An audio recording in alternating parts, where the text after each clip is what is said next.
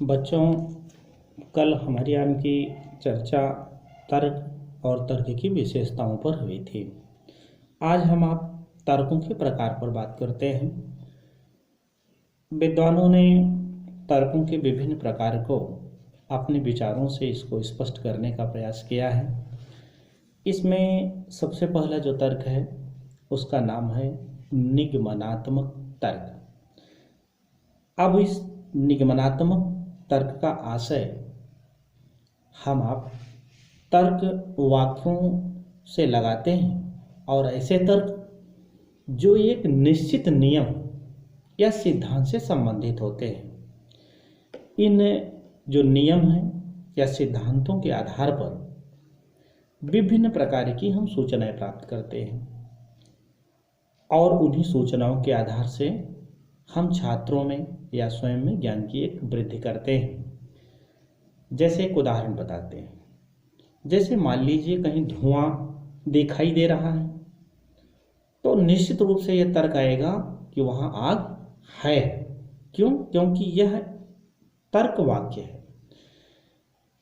जैसे अनेक वाक्य ऐसे होते हैं जिनकी नियमों और सिद्धांतों का प्रतिपादन करते हैं और इनके विश्लेषण करने पर इनके द्वारा ज्ञान के क्षेत्र को हम विकसित करते हैं। क्योंकि इस तर्क से छात्र अज्ञात से ज्ञात की ओर ले चलते हैं, अर्थात सरल से उसको हम कठिन की ओर ले चलते हैं। दूसरा आता है आज्ञानात्मक तर्क। इस तर्क के अंतर्गत सर्वप्रथम हम बच्चों के सामने अनेक उदाहरण प्रस्तुत करते हैं जिनके आधार पर वह छात्र एक निष्कर्ष पर पहुंचने का प्रयास करता है और इस विधि में छात्र विशिष्ट से सामान्य की ओर चलता है तथा ये सभी तर्क सामान्य और सिद्धांत निर्माण में सहायक होते हैं। जैसे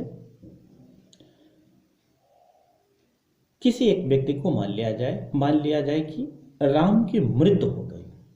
तो राम की मृत्यु हो गई अर्थात राम ने जन्म लिया था तभी उसकी मृत्यु हो गई। या चिड़िया की मृत्यु हो गई, यानी चिड़िया ने जन्म लिया तभी उसकी मृत्यु हुई। अर्थात इससे क्या मिलता है कि जो जन्म लेता है उसकी मृत्यु होना सुनिश्चित है। यह एक आज्ञानात्मक तर्क में सर्वप्रथम हम विभिन्न तर्क वाक्यों का प्रयोग करने के पश्चात उसका एक अंत में निष्कर्ष पहुंचते हैं। जैसे आलोचनात्मक तर्क होता है। इस प्रकार के तर्कों के आधार पर हम छात्रों में विभिन्न प्रकार के आलोचनात्मक अध्ययन के बाद एक निश्चित निष्कर्ष पर पहुंचते हैं। जैसे एक उदाहरण बताते हैं। छात्र विद्यालय प्रथम अवस्था में जाने के लिए बड़ा संकोच करता है, वो जाना नहीं चाहता, परंतु जानने पर वो जब जाता है विद्यालय वो देखता है कि वहाँ शिक्षक पढ़ाते हैं, पढ़ाने में कहानी सुनाते हैं, फिर लंच होता है, फिर खेलने का अवसर मिलता है। यानी उस पूरे विद्यालय का जो वातावरण है वो जब पूरी तरह से समझ लेता है तो वह छात्रों के साथ प्रेमपूर्वक व्यवहार भी करता है और फिर वो महसूस करने लगता है कि हमारे मन में जो विचार उत्पन्न हो रहे थे, जो अनावश्यक तर्क हो रहे थे, यानी विद्यालय जाना हमारे लिए क्या होगा, लाभदायक होगा। इस प्रकार अनेक तथ्यों के बारे में बालक सामान्य रूप से विचार करके उनको गुणदोष का विवेचन करके स्वीकार करता है और इस प्रकार के तर्कों को हम क्या कहते हैं, आलोचनात्मक तर्क के माध्यम से वो बहुत सारी चीज़ों को जान जाता है। अगला आता है सादृश्य तर्क। अनेक अवसरों पर हम किसी व्यक्ति के व्यवहार के बारे में जानते हैं, उसके आधार पर हम दूसरे व्यक्ति के व्यवहार का ज्ञान तब कर सकते हैं। जैसे धातुएं ऊष्मा की संचालक होती हैं। इस आधार पर अब हम समझ सकते हैं कि तांबा, पीतल, लोहा आदि धातुएं किसकी हैं, ऊष्मा की संचालक हैं। या इस क्रम में किसी, जैसे हम मान लीजिए चंद्रशेखर की बात करते हैं या सरदार भगत सिंह की बात करते हैं, तो अब इसके पैरेलल जो भी होगा उसको हम मानेंगे कि ये लोग, इनका जो कार्य व्यवहार था वो भारत देश की सेवा में इन्होंने अपने जीवन को समर्पित किया। अगला आता है अनौपचारिक तर्क। अनौपचारिक तर्कों का प्रयोग सामान्य रूप से हम अनेक प्रकार से अपने दैनिक जीवन में घर परिवार के वार्तालाप में करते हैं और इनका कोई निर्धारित क्रमबद्ध रूप नहीं होता। इसलिए इनको हम एक उचित महत्व प्रदान नहीं किया जा सकता। जैसे अभी हम आप आपस में चर्चा करते हैं कि भूतों के 4 पैर होते हैं।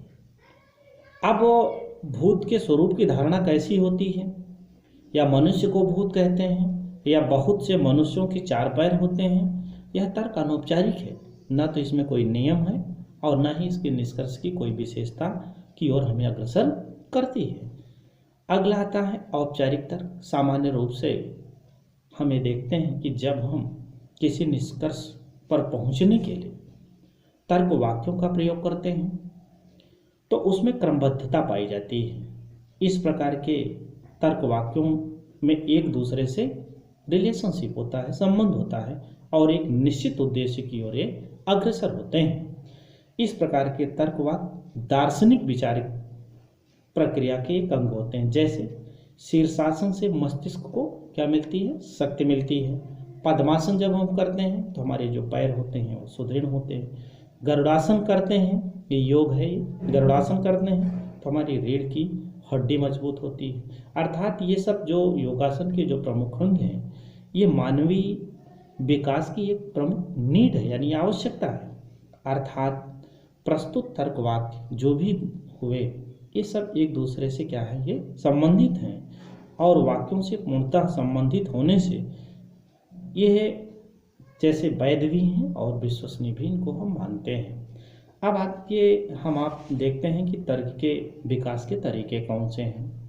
जैसे शिक्षा में तर्क का जो प्रयोग है वैज्ञानिक दृष्टिकोण के विकास के लिए हमने किया है। इससे जो भी निष्कर्ष मिलता है वो जन सामान्य के लिए लाभप्रद होता है।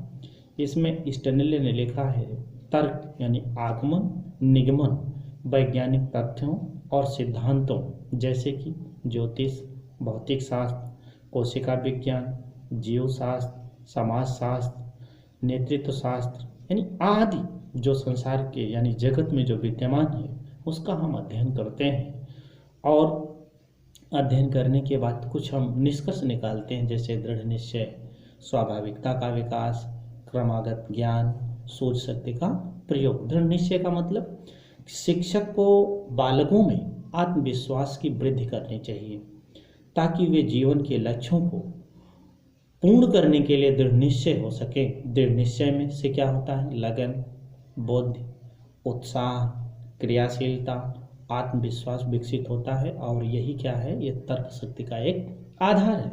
स्वाभाविकता का विकास, तर्क बालकों को तर्क की प्रेरणा आपसी जब हम बातचीत करते हैं तो होती है। परिवार के सदस्य एक साथ बैठकर जब विचार विमर्श करते हैं तो वह बालक भी अपनी राय देता है। हमें उनकी राय को नकारना नहीं चाहिए, उनकी भी स्वाभाविकता की प्रशंसा करनी चाहिए।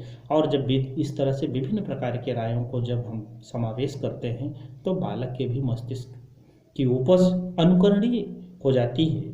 इसलिए विद्वानों ने तर्क की प्रक्रिया को बढ़ाने के लिए आगमन विधि को निगमन विधि से अधिक उपयुक्त माना है। क्रमागत ज्ञान, तर्कविद विभिन्न चरणों पर आधारित है। बालकों को क्रमबद्ध तरीके से चरणों में ज्ञान देना ताकि वे सभी चरणों को समझ सकें और उनके सामने समस्या प्रस्तुत की जाए जिससे वह चरणों का व्यवहारिक प्रयोग कर सकें। और इस प्रकार से बालकों में तर्क के लिए हमें प्रेरित करना चाहिए। सूझ शक्ति का प्रयोग चिंतन एवं तर्क सूझ शक्ति पूर्व अनुभवों पर निर्भर करता है। हमें सूझ एवं पूर्व अनुभवों का सही प्रयोग करना बालकों को सिखाना चाहिए। जब बालक किसी समस्या का समाधान पूर्व ज्ञान के द्वारा नहीं कर पाएगा तो कौन सा प्रयोग करेगा, सूझ शक्ति का प्रयोग करेगा। इस प्रकार स्वयं के मानसिक चिंतन द्वारा समस्या समाधान किया जा सकता है, जो क्या होता है, सूझ का एक परिणाम होता है। ये आप लोगों का तर्क की परिभाषाएं, तर्क के प्रकार और तर्क कैसे हम इसके सिस्टम अपनाएं, ये आपका समाप्त होता है।